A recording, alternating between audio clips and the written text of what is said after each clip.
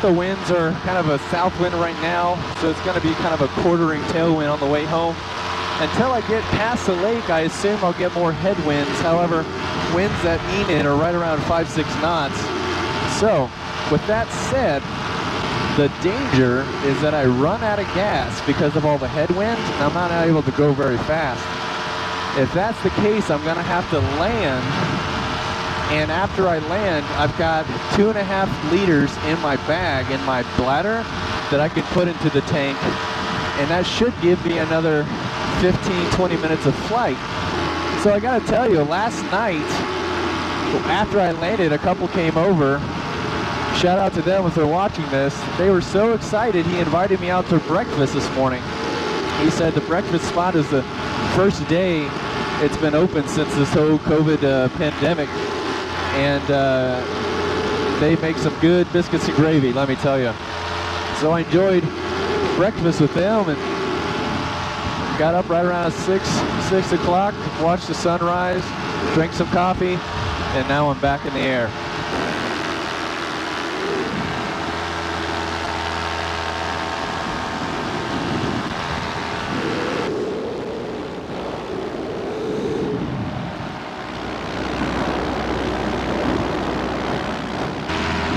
Flying with the buzzards. What's up, buzzards? So I did some research on turkey vultures, which are very similar to buzzards. Of course, turkey vultures have the skin heads, right? The ugly red skin all over its neck and head. Might be one of the ugliest birds. God has made birds so beautiful with colors and the gift of flight. But let me tell you, the turkey vulture or the buzzard might be the ugliest bird in God's creation. Now, here's the interesting thing about turkey vultures. They are responsible for saving hundreds of thousands of human lives because they eat the dead carcasses that are rotting that would otherwise produce diseases that would spread throughout humanity. So many of the dead animals that are around would rot. Other animals would eat that and spread the disease. But what the turkey vultures do is that they eat the disease, and then after they eat, they actually can't even fly. I don't know if you've ever seen a turkey vulture throw up before it takes off. But if they're eating, they'll gorge themselves so much that they're too heavy to take off, which is actually pretty funny. And so what they'll do is, if threatened by, I don't know, coyotes or wolves or something, they will throw up on the threat, whatever's trying to eat them, cougar maybe, they'll throw up on them as they're taking off, and then they'll fly away. But if they don't have to throw up, the reason that they're able to get rid of diseases is because they spread their wings out and let the UV rays kill all of the bacteria on their wings and also on their head and neck area. So instead of carrying disease around, they actually rid the world of disease by eating the dead carcasses.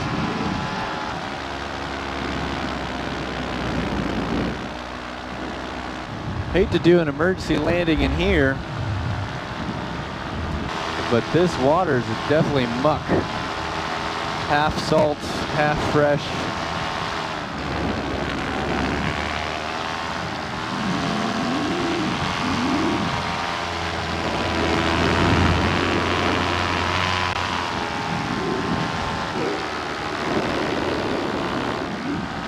So here's the digging area. It's all sectioned off, so you can't dig anywhere but here. I would say this is a 4 or 5 acres maybe. Well, not much to see here, so let's see if we can get some altitude. All right, so as I said, this here is the Great Salt Lake Plains, and right there is Bird Island. You can see there's some barges around it that are they've got vegetation growing on them, and it's a very small island, but the whole lake isn't that deep. The deepest part is probably 5 feet, so enough for like a flat bottom boat. But I got a story to tell about Bird Island. Now, I have a Sea-Doo, and about 3 years ago, I really wanted to take the Sea-Doo out. I had just got it, It was used. It was like 5 years old. It was used, and I really wanted to make sure everything worked on it. And this lake is actually the closest lake to Enid, but it takes about an hour to get to where the boat ramp is. So I get to the dock, and the water level is so low that I couldn't get the boat in. So I went to another dock, and it looked like it was the biggest dock for this lake, and the water level was low. However, if you noticed where the ruts were, where the mud is, and where the ruts were of other vehicles, you could actually lower your boat into there and barely be deep enough, push the boat, the Sea-Doo, out onto the water. So that's what I did. I looked back and I saw that how hard it was to back it up in the ruts, and I'm like, you know what? There's no other boats here. The water level's so low. I bet they haven't had any boats visit here in a long time. So what I did was just left the car on the dock, on the boat ramp, and I thought nobody would bother it while I go test to make sure my Sea-Doo's good. So I'm driving my Sea-Doo around, and what I notice is this bird island, and I didn't know it existed until I kind of drove out there. And I'm like, this place is crazy. There's all kinds of birds there, and I'm checking it out. I'm like, there's some crazy birds here. So they have, like, there's some white birds down there. So they have these giant cranes. They have, I think they were buzzards and other large types of birds. I don't know. And I'm looking around. There's nests everywhere. There's nests on the ground and the bushes and on these like dead trees that are kind of up. And it almost looked like a desert kind of area where you've got dead trees with no leaves on them. Well, anyway, I'm looking at some of the eggs in the nests, and I'm like, this is pretty crazy how this, you know, all these birds are just habitating on this island.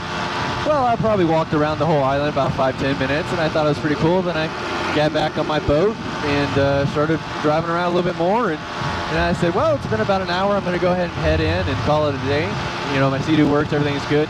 It was so cold, I actually had my wetsuit on because it was in March.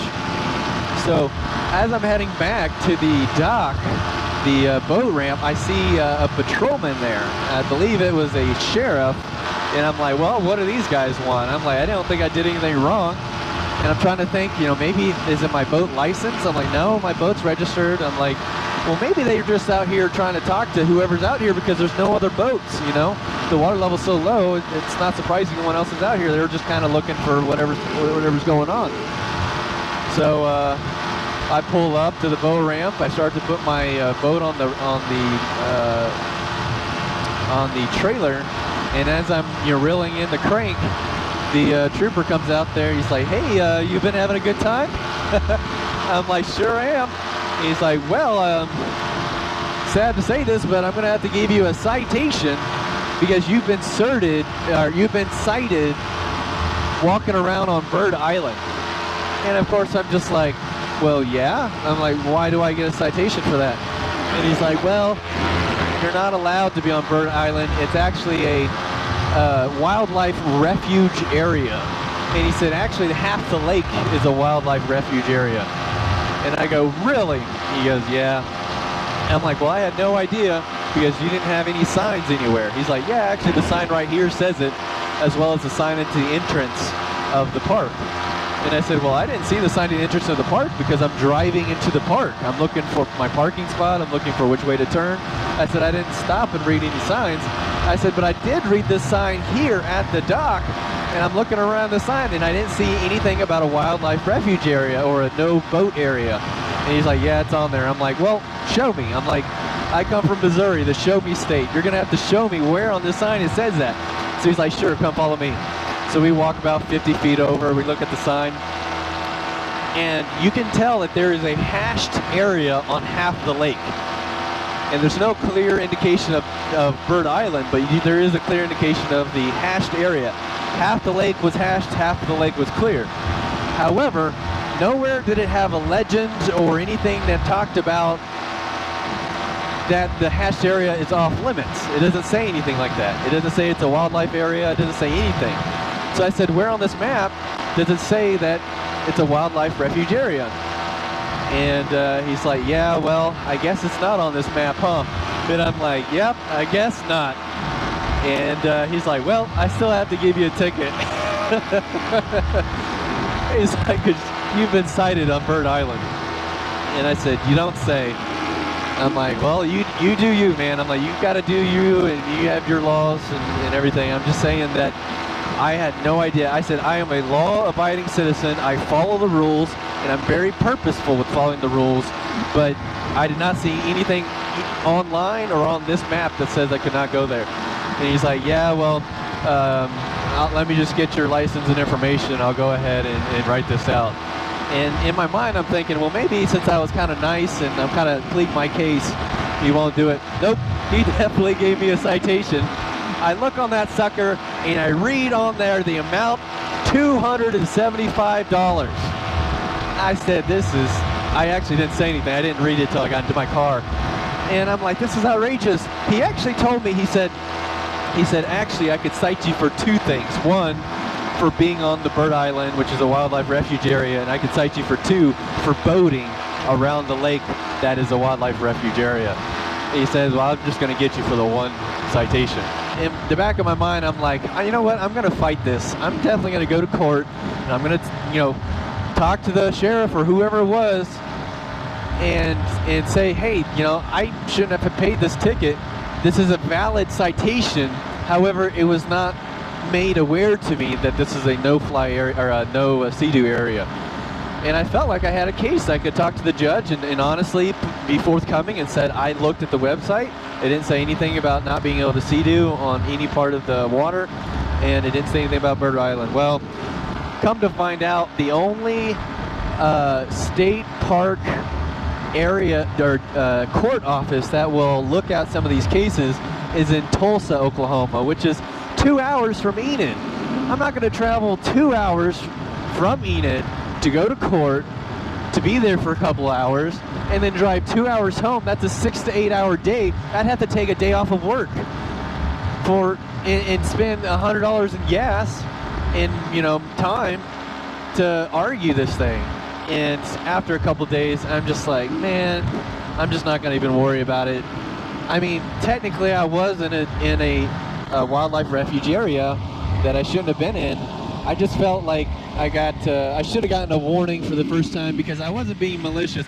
In fact, if I was like tossing the eggs into the ocean or, grabbing the eggs and smashing them on the ground or just being very violent and, spray painting smiley faces on them or something, okay, give me a ticket.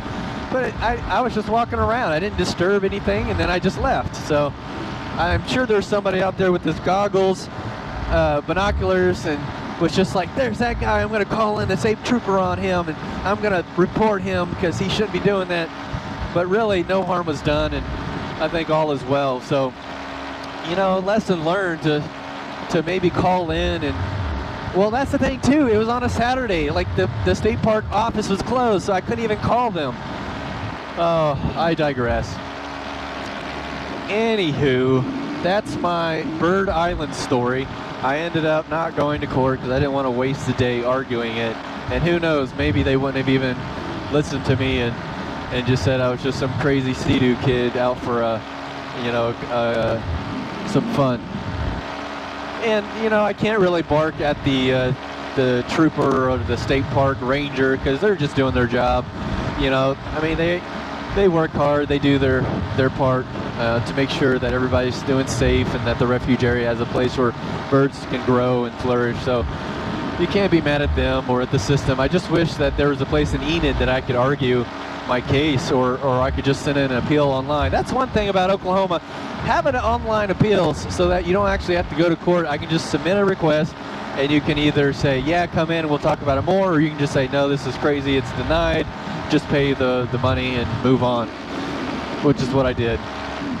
So an encouraging spiritual thought I wanted to share today was from Psalms 119, verse 11. It says, I have hidden your word in my heart that I might not sin against you. What's so encouraging about this verse to me is how important it is for us to Oh my word, I just called 911 accidentally. Dead gummit. The guy was like, 911, what's your emergency? And I'm like, who is this? Oh my word, that's silly. Oh man, he probably heard the motor in the background. It was like, is everything okay? So I said, hey, I'm sorry, I accidentally called you. And he goes, oh, no problem. He's like, are you sure you're okay? And I'm like, yeah, sorry about that. And he goes, no problem. He's like, are you sure you're okay? Oh man. He's like, what's your name? I'm like, well, I don't know if I want to tell you my name. I accidentally called you. I don't want you to have all my information. You're going to do all this background research on me.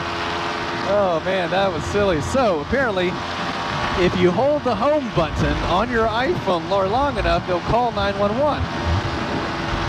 So, whoops. Now, I will say it's amazing that that guy was so friendly and he was really concerned about me. But that was actually an accident. So when I put the phone in my pocket, I just got to be careful not to hold down the button. So what I was talking about is how it's important for us to meditate on God's Word daily. Because if you're not in the Word, then you're definitely in danger of not having that relationship, that contact, that communication with God. Because God doesn't talk to us out loud anymore. He did to the patriarchal age and to the prophets in the Old and New Testament, but He doesn't talk to us verbally anymore, but He does talk to us through His Word. So to have that communication with Him, it's important for us to ensure that we're talking, or we have that dialogue. One thing I did that I really enjoyed is I downloaded the Bible app called YouVersion. And what it is it can actually give you recommend passages to you based upon certain topics. But what I like it for is I had a 365-day chronological Bible reading audio, where it would read the Bible to me while I was driving to work. So it takes me about 20 minutes to go to work, and every day, Monday through Friday, I would listen to the Bible, and it really helped just kind of start my day. Now, I'm not a morning person. I definitely like to sleep in right until the time I got to get up and go to work. But this is a way that I was easily able to connect with God by listening to His Word. And it kind of, it was a little over a year that I read the entire Bible, but it just kind of reminded me of some stories I hadn't heard in a while.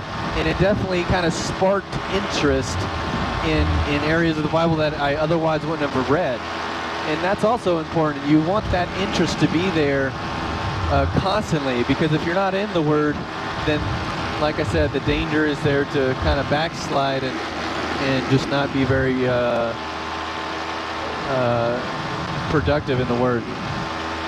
So that's my recommendation, is to download that app, maybe invite several people into a group so that you can all encourage and message each other about your daily devotional. And just remember the importance of really being able to connect with God on a daily basis. And the mornings, I find, are a very good time to do that, whether you read or listen to the audiobook. And I know there's other dramatized Bible versions out there that are really, really good. Well, I think I'm on my last liter of gas. Actually, I'm sure I'm on my last liter of gas. My airspeed is not as good as yesterday, and I am just starting to realize I may not make it back. I don't know. I've never ran this particular unit out of gas. My first unit I learned on, I have ran out of gas, and I had to land in some dude's backyard. Not a big deal. You just kind of need somebody to come pick you up. Or in my case, what I have in my bag here is an extra 2 liters. So I'm pretty sure I can make it home if I can take off again. Please, 10 more miles on 1 liter of gas. If the winds could just kind of calm down a little bit, that would be good. Let's see if I can make it. Well, folks, I think it's gonna happen. We're gonna run out of gas. I've got half a liter. I suspect I'm gonna have to land in one of those fields over there. So I'm just a couple miles away from the highway. If I need to walk, I can do it. I'm just scouting out places to land right now. If there's a grassy area, it's probably better than a wheat field.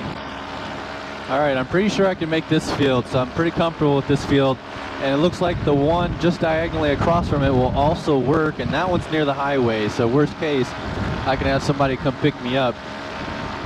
I don't think I'm gonna make it to the landing zone. Come on, little engine. I need every drop of this fuel. Let's go. Come on. I made it past this field. Now I'm gonna land in this field if I run out of gas. And if I can make it past this field, I'm gonna land in that field. Winds are out of the east-southeast at 5 miles, so essentially, I ran out of gas. And guess what? I also ran out of my SD card, which is why the video stopped. So, shucks, I didn't get the emergency landing. Essentially, I was about 500 feet up, and I get a vroom, vroom, vroom on my engine, so I go to idle, and then it just cuts off. So I had to make an emergency landing. So wind looks fine for a forward launch. Like I said, I had a bladder. Looks like I have about 1.5 liters of fuel. Plenty of fuel to make it. I think that's just 4 miles away. So frustrating. I was so close to being there. Personal lesson learned, never run out of memory on your SD card again. That's just silly. Maybe next time I'll pray for more smarts. Maybe I can make my fuel bladder more airworthy and I can just refuel in the air.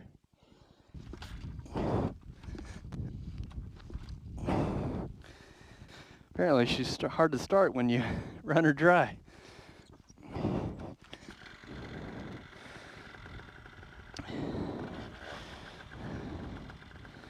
Now we're rocking.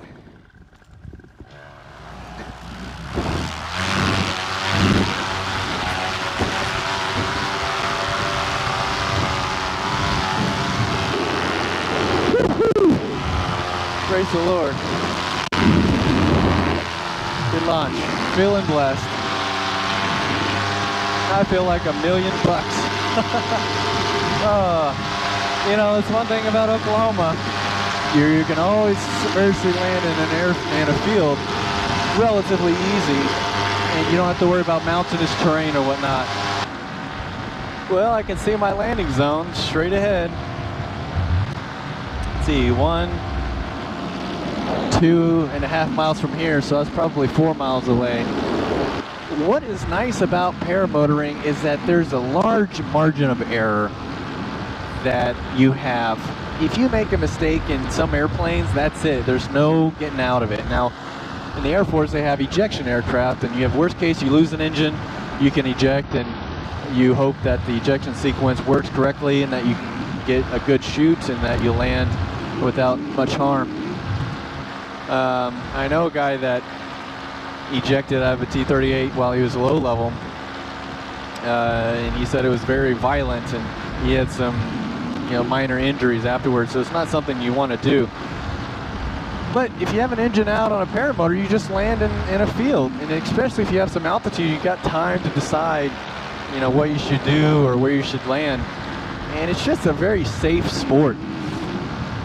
It's usually not the equipment that makes it unsafe, it's unwise decision making that makes it unsafe. So if I had decided to land early near a gas station, I could have refueled, or I could have landed anywhere relatively close to home and would have been fine. I elected to try to make it to my field, and I didn't have enough gas to make it, but I knew I always had an out, and I could always land and refuel, and that's what I did. So it's nice that the most dangerous part, in my opinion, of paragliding is the takeoff, and that's just because you could trip and fall or get a gust of wind that kind of pushes you left or right or back. I think usually a competent pilot can land this easier than he can take off, And like I said, as long as you have an out, as long as you're thinking about where to fly and what you would do if you had to land right now, it's very, very safe. So I did want to give a shout out to all the people who have watched this video. I would ask that you encourage other people to watch it if they're looking for spiritual upliftment from the sky. I'd like to do little devotionals. Please ask me any questions that you have. You know, you can call me, whatever, it's fine. Facebook Messenger works as well. I enjoy talking both paramotors and the biblical topics as well. If you guys haven't yet, click the like button on the video, and then also subscribe on YouTube. And you can also friend me on Facebook. Help support my channel, and I really appreciate it. Beautiful view of downtown Enid. You can see the base. Oh shoot, I just ran out of gas again. That's okay. I went full power because I knew I'd be landing in this field. I'm just gonna put my throttle right there. I thought I had way more gas. I thought I had 2 liters. I just flew about 4 miles. So I guess that about 1 liter of gas if you're going 5-knot winds. My watch says 5 miles an hour east to southeast. No engine! Alright. My heart's a little bitty thumpity thump thump, but I've landed in this field many times. I've had lots of practice. I feel competent. So I'm just going to circle here. Try to spot land relatively close.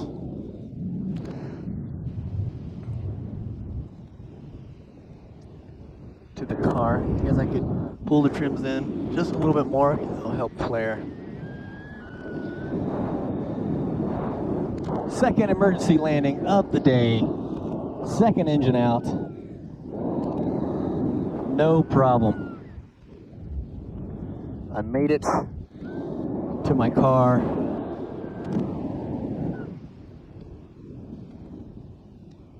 I'm confident the wind's coming from the east.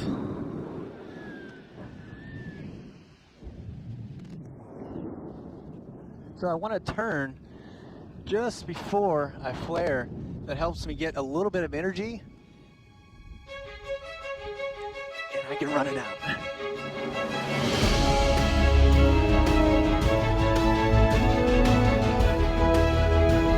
Oh, thank the Lord.